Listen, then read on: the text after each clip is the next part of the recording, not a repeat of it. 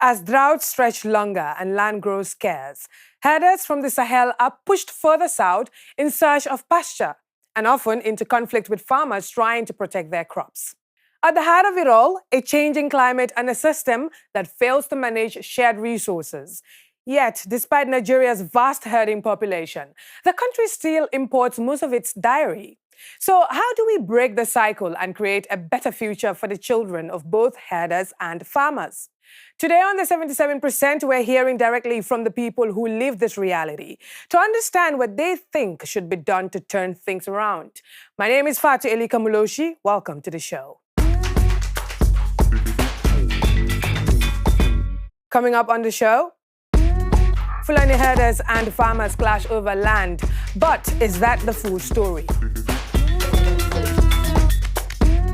We bring you voices from the ground in our street debate in Nigeria, where we discuss the factors of the conflict in depth.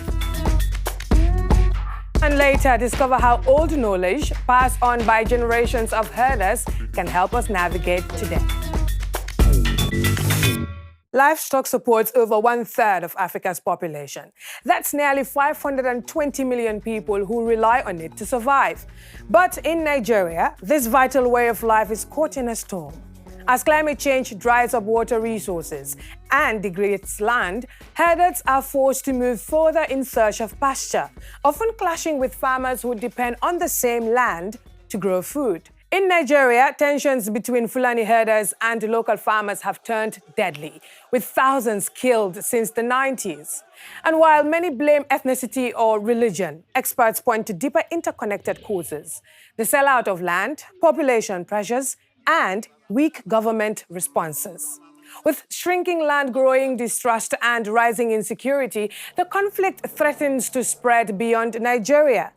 But is violence the only way out? Or can pastoralists and farmers find common ground? We went to the heart of Abuja, Nigeria, to hear from the herders and farmers themselves.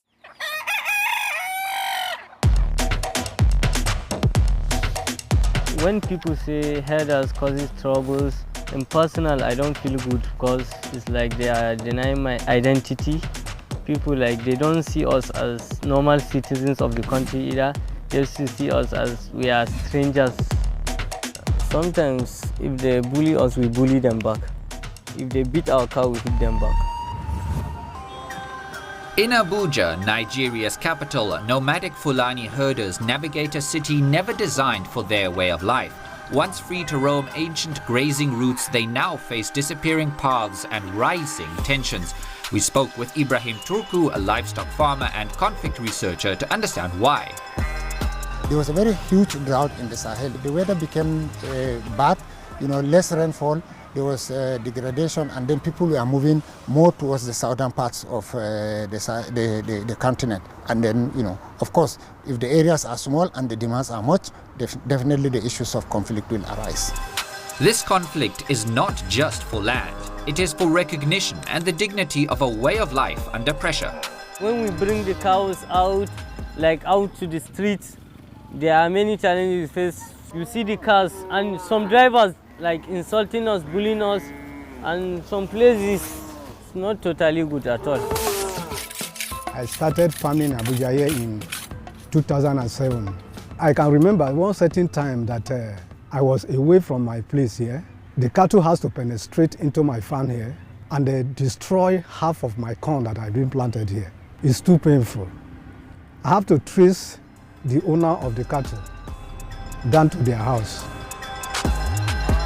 I can say cattle mean life partners to me because I'm grown up with them. I can't live without them. Ibrahim Usman, a young nomad living in the city of Abuja, settled and grazed on this land with his family long before the city took shape. Today, open grazing fields have become stretches of concrete, and Ibrahim now struggles to find balance in the modern life. Yeah, before we used to get more milk. There is enough food for them to chop. Grass is everywhere, and there is no one to disturb us. You see what I'm saying now. See those cows now. These cattle, don't know whether they have caused a damage for my farm. How's this? What happened? You say what? You say what? You say what? We are just doing videos, we are not looking at this thing. Encounters like this can lead to violence. They happen because of the hostile relationship between herders and the communities. What this guy was saying is that as he saw me coming, and he was saying that maybe I'm coming because of the cattle. And it's not because of the cattle that I'm coming, I'm just going to my farm. I don't know whether they have destroyed my crops for the farm until I reach my farm there, before I will know. As you can see now, you see the corn that is being reached to harvest. That the cows, they are eating them up, breaking all this corn. You can see what we are passing through. My parents usually tell us before, the farmers used to invite them to their farm to reside in their farm area so that they can, the cows would shit there. I have a friend called Ishufu. He's one of the eldermen. And I used to go there maybe during rainy season that I need manure. I will go there and I will fetch some of those manure inside my sack and I'll bring it home and make use of it. The relationship between them before is so peaceful and it's good. Farmers and herders once coexisted in harmony. Cooperation was not just for survival, it was a tradition. Today, that tradition struggles to survive in the shadow of urban expansion and misunderstanding.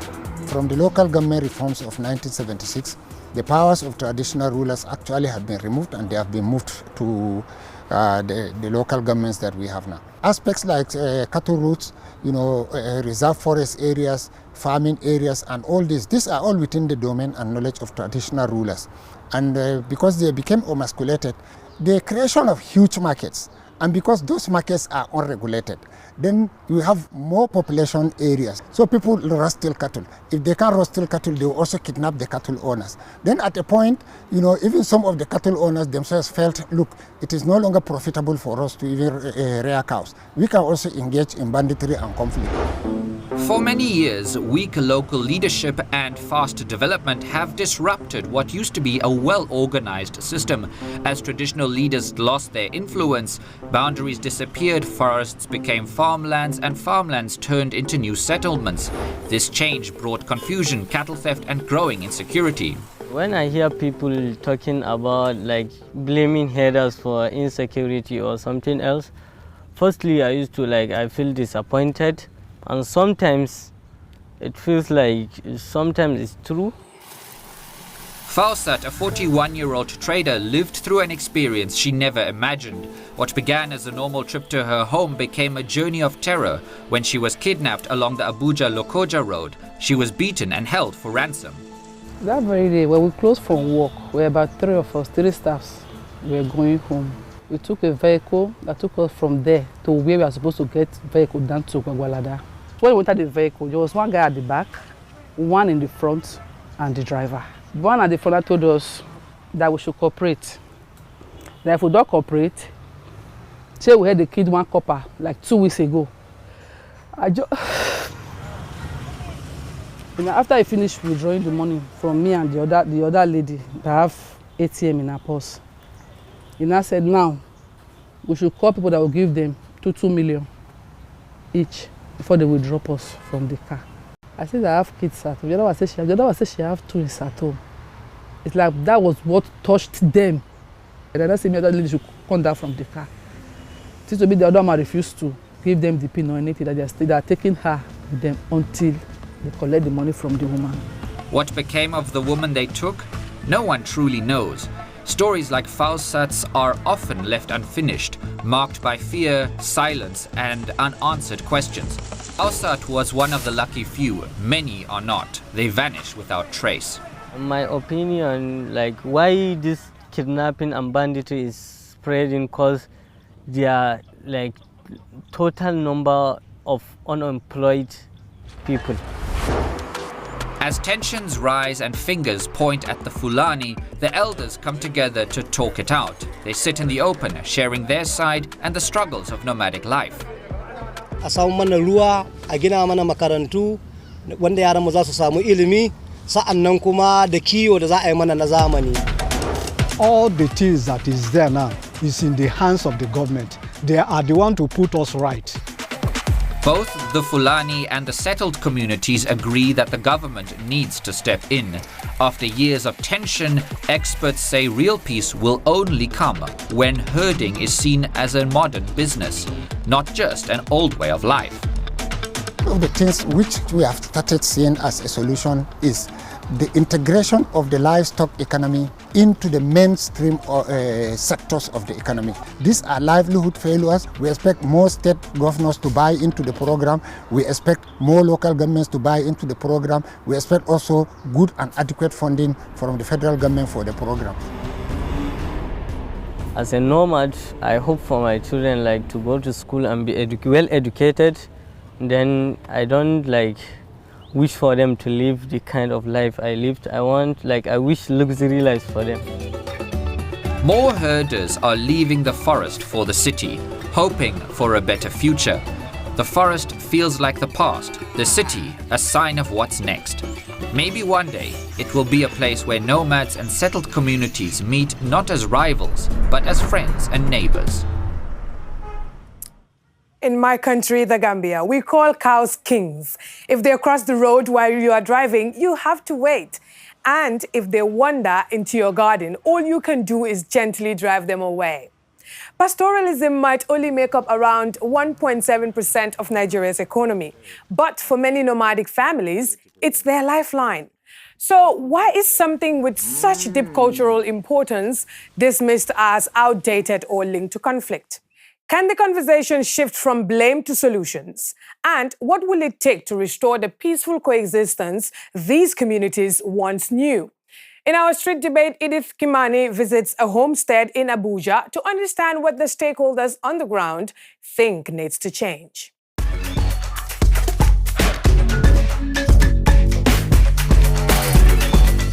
Hello and welcome to the 77% Street Debate. This week we are back in Nigeria's capital of Abuja. Now, did you know that this country, and specifically the north of this country where we're at, is home to one of the largest nomadic populations in the world? But this group of herders is saying that because of pressures, both external and internal, they're threatened that their way of life may no longer exist. And so today we're here to find out, between farmer and herder, who really has a right to exist? And should this even be a question? Who better to ask this question than some herders and farmers right here in Abuja? We're hearing that the herders are under an immense amount of pressure. Urbanization, the bush is not safe because of bandits, and unfortunately, there's conflict between farmers and now herders. What is it like from your perspective? This issue of insecurity is also affecting us as a farmers. We don't know anything. We don't know how to do anything. It is only this farming we know, we learn, and we inherit from our forefathers. But today, I am telling you, we find it very difficult to go to the farm. Has your farm ever been raided, or have your harvests been eaten by animals from herders?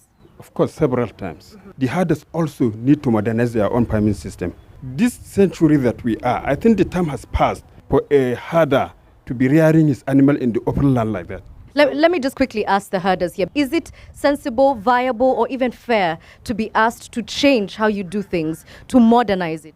We are in the bush before the farmers coming, Then they didn't allow the place where our cow go get grasses to chop. They will farm all the place. So this is a problem. Listening to what Alamin is saying, that their ancestors arrived long before the farmers who then came to carve out pieces of property for farming. What do you say to that? Yeah, I don't think I totally agree with what he's saying, because you cannot just come into someone's settlement and want to claim ownership or rights to that person's settlement. I think that's one of the major issues, because your cows are causing our farmland harm. You understand? So you just need to respect it. You don't need to say that you must do what you want to do in people's lands. It sounds like Alamin and Audu are saying the same thing. It's a battle for resources. So who's right? They are all right because in every settlement or every environment, there are different kind of cultures. There are different people that live in a particular place. I think the major cause of all this is lack of understanding for each other. Halima, you also come from the Fulani, which is this nomadic community that we're talking about. But herding is your way of life. So if you're being removed from the city, where do you go? People are being pushed back to the bush, but then the bush is not safe as it is. Urbanization changed a lot of things for us as a people. While we're trying to find the balance, whether to stay in the urban areas because of security, at least basic amenities, it's difficult for people to really live and their means of sustenance. So the cows are your identity, but it wasn't always the case that there was conflict between herders and farmers, as he's mentioned. So where did this all come from? The conflict is all about cow and land. That is just it. And any other thing is just an ethnicity. Unfortunately, the person we invited from the Ministry of Livestock just did not show up. In which case, I have to ask you, Halima, because you're a journalist. What does the law say about demarcation of land for grazing and for farming? The laws of Nigeria or the Constitution of the Federal Republic of Nigeria stipulates land for all of these things. There are different portions in the Constitution that are stated. For farmers, this is where you should be, and for the cattle breeders too as well. So that's where the policymakers are supposed to come to make sure that there is always balance. Okay, so Babangida, I want to come to you because in your research, you've probably heard what some potential solutions are. And your government has rolled out a program, the National Livestock Transformation Program, which is supposed to convert open herding into ranching. Is this feasible? Is this what might solve the problem? I don't think if it is longer sustainable. One, there is no land for that.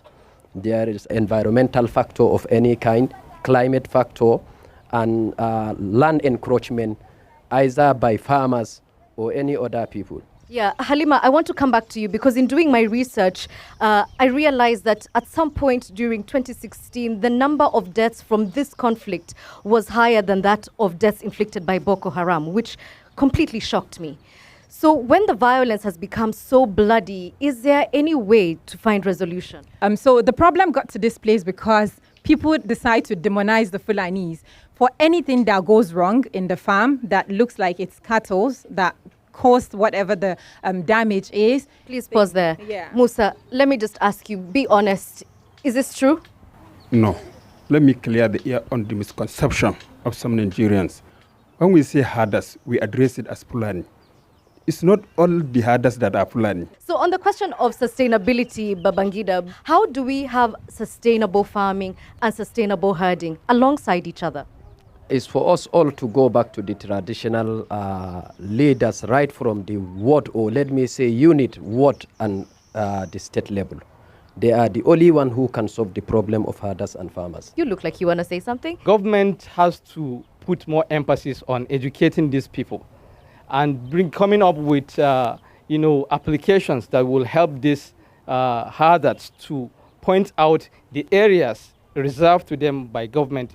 I'd like to hear from you. How do we make sure that farmers and herders sit on the same table? If the government can involve the leaders at the grassroots and give them the power, give them the resources, and make them understand that you want them to make sure that those involved in this crime are being brought to book and are persecuted, you understand? I think it will go a long way in solving this issue. Sadia? As my brother said, I think all we need is understanding for each other. The Fulani man need a farmer and the farmer need so we should just understand each other and show much love and care to each other. So Alamin, when you cast your vision into the future, how do you see your life unfolding, and do you see it perhaps living side by side with a farmer harmoniously and in peace? So it's very good because the farmer and the Fulani, they are together, because any place that cow live, the farmer will come ask you whether you go leave the place, you can come to like to farm the place because of the manure. This our cow is our business. It's the thing that we know. We have the population. We are plenty. So if we lost this cow, like we don't lose our life. So I like the government please to do something about us. Yeah. Wow, okay. At the beginning of this debate, I asked a very complex question. Who gets to survive between herder and farmer? And is it even a question? I think it's been a resounding yes I mean, or rather, a resounding no from everybody here, that you don't have to choose, that farmer and herder can and will live side by side if there is government intervention. This has been a wonderful debate. I've learned so much. I hope you have too. Thank you for watching. Bye-bye. What we do know is Fulani herders have always migrated during the dry season. And countries like Benin, Cameroon, and Ghana are showing us the way forward in peaceful coexistence. This is done through open dialogue and shared access to land and water. Traditional leaders have also been successful through interventions that protect farmers and herders equally. Take Nigeria's Adamawa state, for example. Peace committees like the Kabara, which means common ground in the Margi language, functions as grassroots mediation forum for all types of fractions, including farmer-herder disputes. But now, Edith heads into the forest to explore how herders use ancient techniques to navigate. This is a tradition that has helped them survive for generations. Question is, would you still do it in this era of advanced technology? So guys, the other day I got lost. I mean, literally lost in the middle of nowhere. I didn't have my phone, it died. I didn't have my watch, and I was panicking. So this is what I want us to do today. First, can I find my bearings without my phone? I also want to know, can I tell the time without my watch? And because we want to do this the old school way, I want to see if I can pick up some more indigenous knowledge. So, learn. Right, so we're going to need some sticks. These will do, they're from a broom. We'll also need the face of a clock and a pencil. That's literally all you need, and of course the sun. Okay, and we outside. We found somewhere nice and flat outside to see if I can actually find my directions just using the sun. Luckily, we live on the equator. It's already so hot. So essentially, we're able to determine where we are because this is the west. So what we've essentially created is the west-east line. Pretty simple, huh? But I want to confirm how true this is. So I'm pulling up my compass app on my phone. Let's see what it says. We're off by about 20 degrees, but I think that's fine. So I would say that this experiment is a success. Now that we know where the cardinal points are, I do wonder if there's another way or another technique of doing this. And so I've invited someone special here with us. Katampoi is here. He's from the Ma community. You can already hear him. He's jingling because of your jewelry looking so nice. Thank you, thank you. Yeah, so being part of the Maasai community, obviously, as herders and pastoralists, you're used to being out in the open. Yes, yes. But I'm guessing this is not what your forefathers used to do to determine their way back home. No, this is not what they used to do, but I think they always find their way home. So we have maybe, let's say, 2 or 3 ways of telling direction. First and foremost is that sun will always rise from the east and set in the west. When you are at the east, your shadow goes to the west farthest. When the sun is in the middle, your shadow is shortest. The next thing I want you to teach me is how to tell the time. Yes. Okay, let's get to our equipment. I'm going to put you to work a little bit.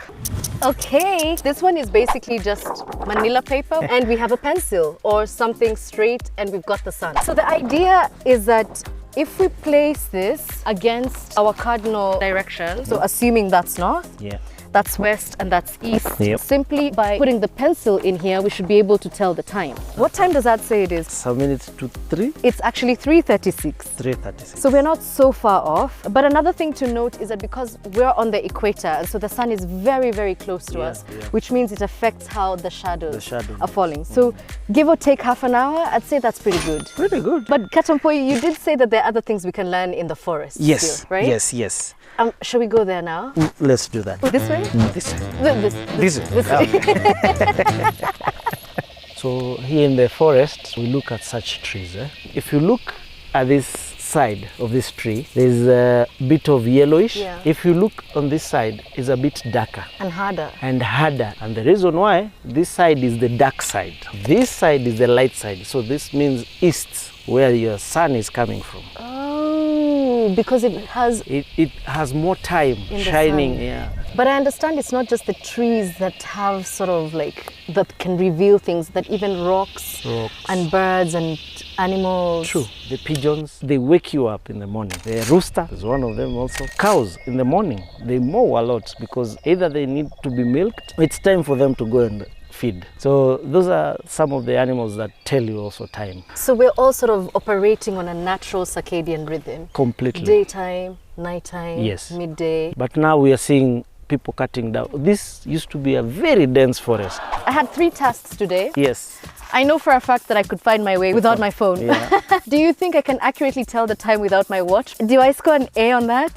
Maybe a B+. A B. I'll take a B+. I think I've learned some local knowledge, some indigenous knowledge. Have you? Yeah. Good. I think I've done pretty well today. Well done. Thank you so much. You're most welcome. But now it's time to go. The cows are about to come back home. So this way or that way? Or this way. The answers won't come overnight, but communities across Africa are already proving that cooperation, not conflict, will lead the way. Continue following us on all our social media channels for the latest topics concerning Africa's youth. My name is Fatu Elika Muloshi. Thank you so much for watching. Catch me on another time. Bye-bye.